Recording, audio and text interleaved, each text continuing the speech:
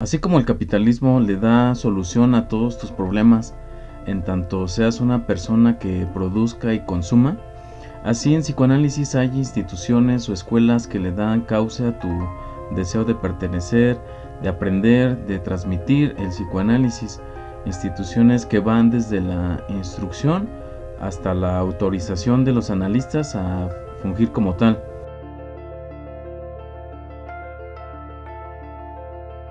El que más firme se pronunció a la necesidad de una comunidad psicoanalítica fue Lacan, pues ahí según él se puede orientar al analista teórica y hasta éticamente.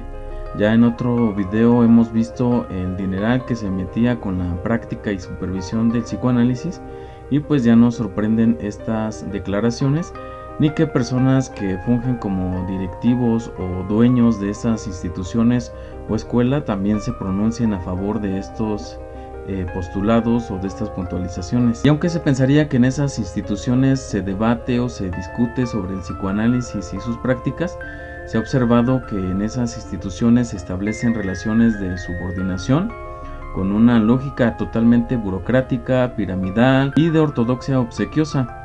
Los de arriba son los que hablan, los que escriben, pues tienen a su disposición la editorial, los recursos, y a los de abajo solamente les queda escuchar, les queda leer las publicaciones que hacen los de arriba, que por lo regular son los mismos, y muchas de estas personas se terminan convirtiendo en oyentes pasivos, acríticos, que reproducen un discurso que aplasta sistemáticamente, como diría Guattari, todos los contenidos sociopolíticos del inconsciente. Reproducen un discurso libre de contradicciones, un discurso neutral, y desde luego el que no se apega a estas premisas o a estos postulados pues no tiene cabida en esas comunidades. Esta lógica o estos procesos de racionalización y segregación se han dado desde los inicios del psicoanálisis y hasta hoy. En este video vamos a ver los comienzos del movimiento psicoanalítico, los personajes que fueron parte de él, y para posteriormente entender cómo se ha venido gestando en la actualidad esas instituciones y esas lógicas que obedecen a procesos de racionalización.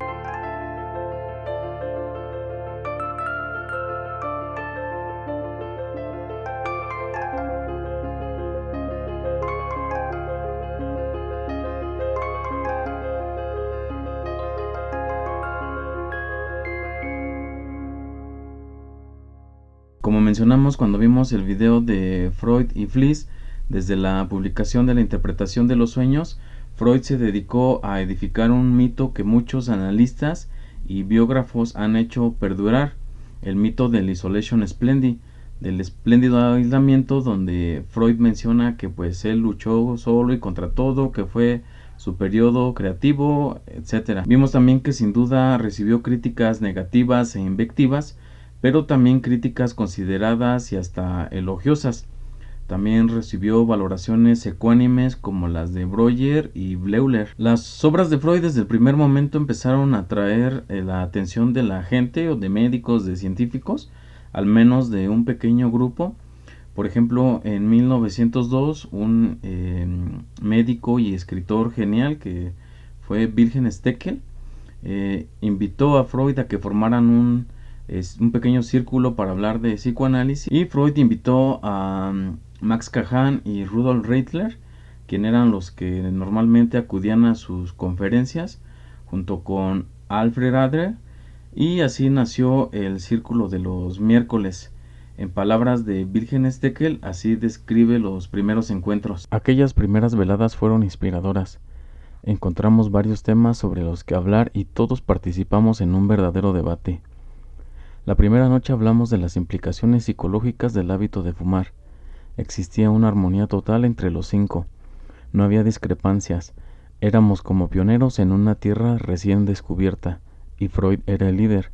Parecía haber una chispa que pasaba de una mente a otra, y cada noche era como una revelación. Pronto se unieron nuevos miembros al círculo: el musicólogo Max Graf, que sería el padre del niño que se convertiría en el famosísimo caso Hans. El editor Hugo Heller se unió en 1902, el médico Paul Feder en 1903, y un año después Edward Hitchman. Fritz Beatles, que se convertiría en el primer biógrafo de Freud, entró al grupo en 1906, el mismo año que Alfred Adler invitó a Otto Rank al grupo, un obrero autodidacto que posteriormente se convertiría en el primer secretario de el grupo y al pasar de los años en mano derecha de Freud. Desde el principio, el talante de las reuniones favorecía las aportaciones originales del grupo, pero solo hasta cierto punto, como lo explicó Max Graf. Las reuniones seguían un ritual claro.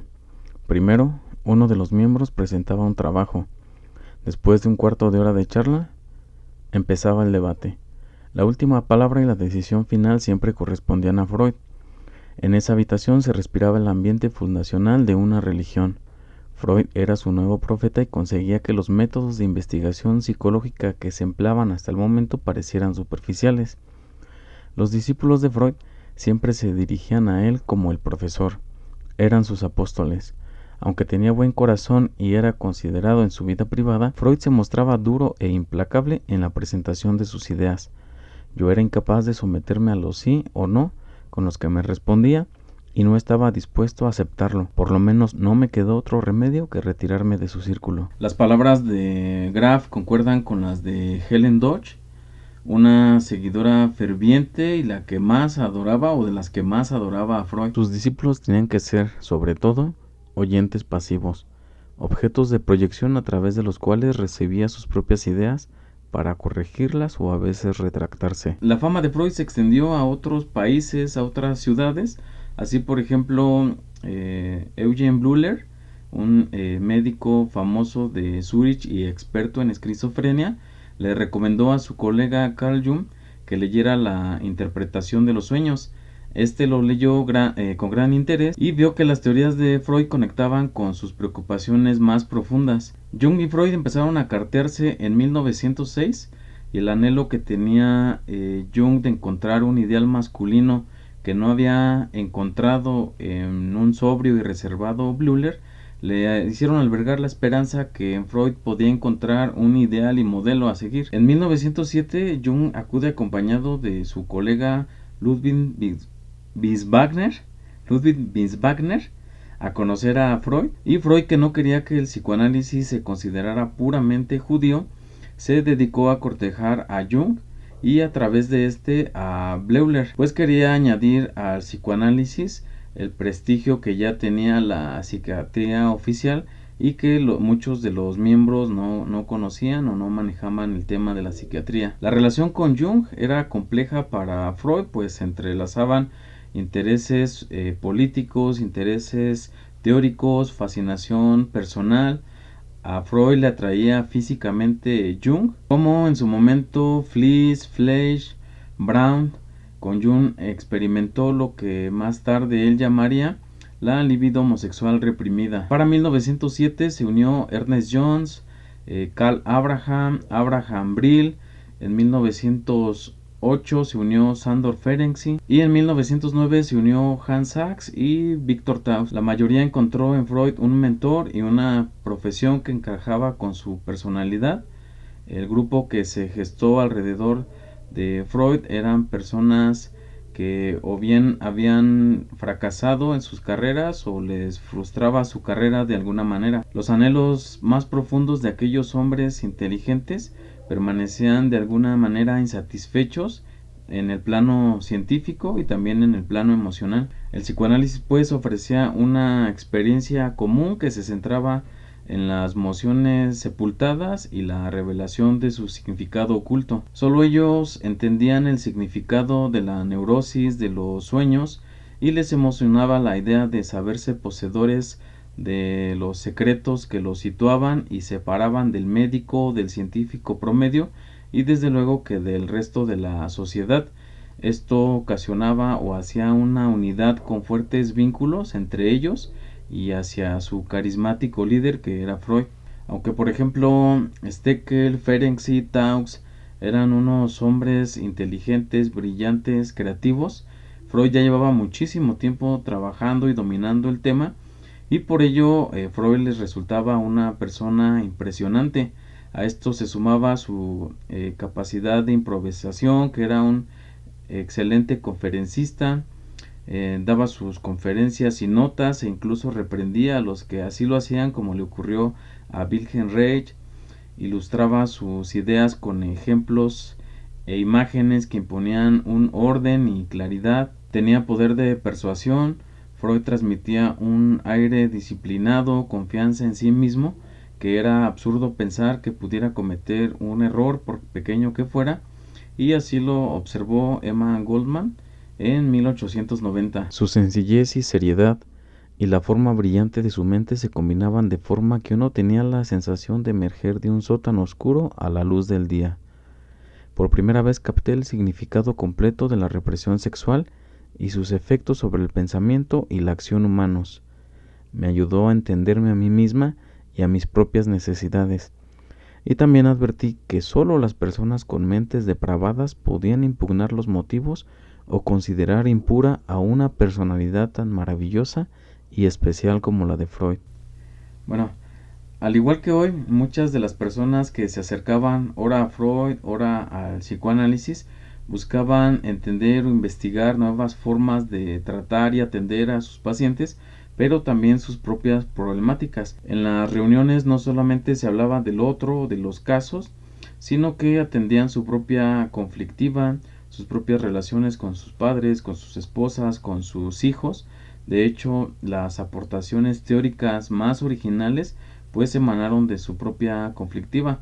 Por ejemplo, Alfred Adler, que habló del complejo de inferioridad, Víctor Taux de la llamada en ese momento la insania maníaco-depresiva, Wilhelm Steckel del onanismo, en fin. Por otra parte, Ferenczi buscaba el amor que había perdido, Jung y Rank buscaban al padre que no habían tenido. Freud, por su parte, cuando se sintió decepcionado muy tempranamente de que sus hijos no heredaran su genio, pues se podría decir que tomaba a sus discípulos, o era la razón por la que tomaba a sus discípulos como sustitutos de sus hijos. Los lazos se intensificaban porque se analizaban entre ellos mismos o eran analizados por Freud, aunque no utilizaran ese término, y la transferencia y veneración que sentían por Freud posibilitaba que él participara en todas las actividades, aunque él se mantenía distante, pues quería dejar claro que en su autoanálisis había resuelto su propia conflictiva inconsciente. Como profesión, el psicoanálisis en ese tiempo ofrecía bastantes riesgos. Aún así, por ejemplo, a Sachs, a Reich, Freud los instó, los animó a que renunciaran a sus ocupaciones anteriores y se dedicaran plenamente al psicoanálisis. Freud les derivaba a la mayoría de sus pacientes e incluso a algunos les llegó a hacer préstamos de dinero.